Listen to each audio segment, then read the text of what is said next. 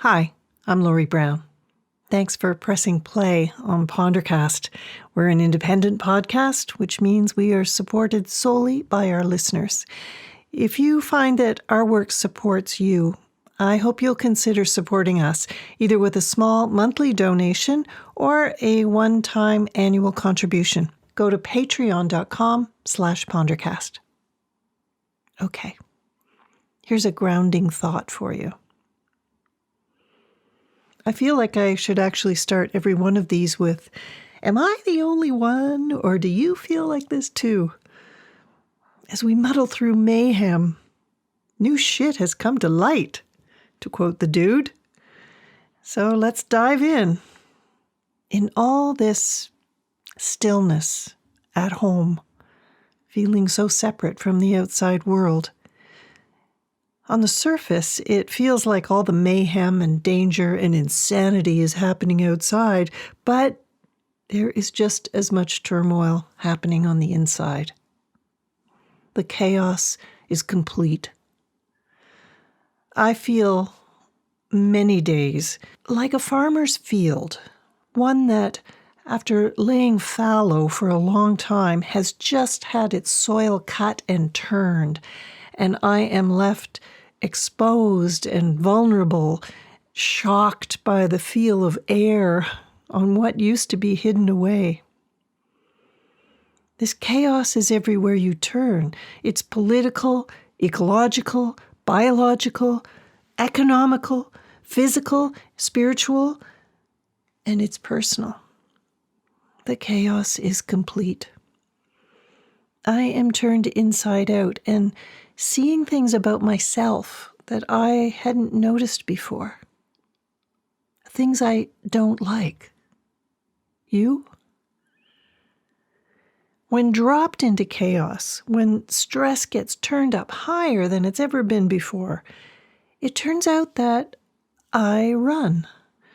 I feel attacked at every turn, and so I withdraw to try and avoid it all. I become defensive. I try to deflect. I feel victimized by everything and everybody.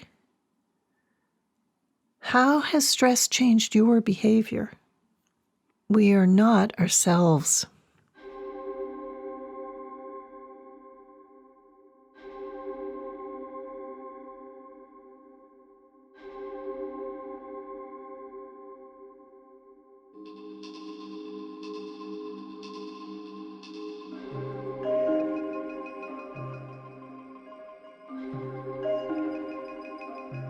All of these shortcomings that stress has wrought are causing a ton of suffering. And we're all used to a certain amount of self-induced suffering. We all can do that pretty well.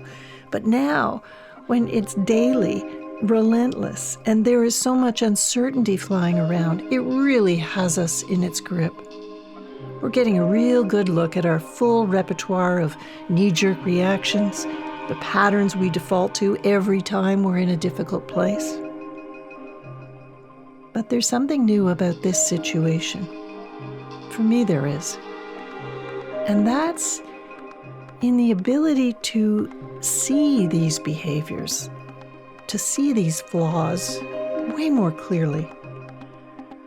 I can see, in some cases for the first time, how these tactics I use, and have used forever, are causing suffering to the people around me. Years of deflected blame, thinking someone else was at fault, that they were the problem, have now come home to roost. I don't like what I see. The chaos is complete. For this pandemic is performing a kind of shock therapy on us. But to what end? The point of shock therapy is to remove what was there to create a blank slate to rebuild from. And certainly chaos is the mother of change. How many times have you felt that kind of empty days of not knowing what to do anymore? how to react or react in certain situations. Is that the beginning of breaking down these old patterns? Let's collect our flaws, examine them, watch them at work. Now is our chance. Imagine emerging from this more whole, knowing ourselves better. That will bring us relief, and relief to those who love us. Let the chaos do its work, and so will we.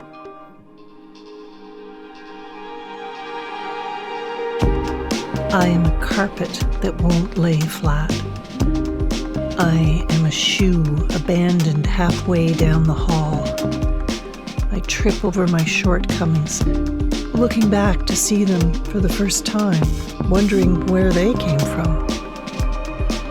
In these lockdown days, I collect my flaws in a bouquet and present them like a bride walking down the aisle for all to see.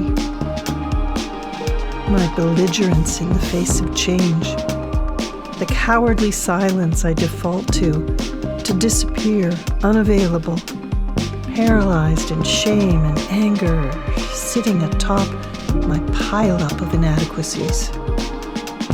I see them parading in lockstep, hard to watch, but now, suddenly, impossible not to see. I lurch through these days, hobbled, humbled, and human, the last to know.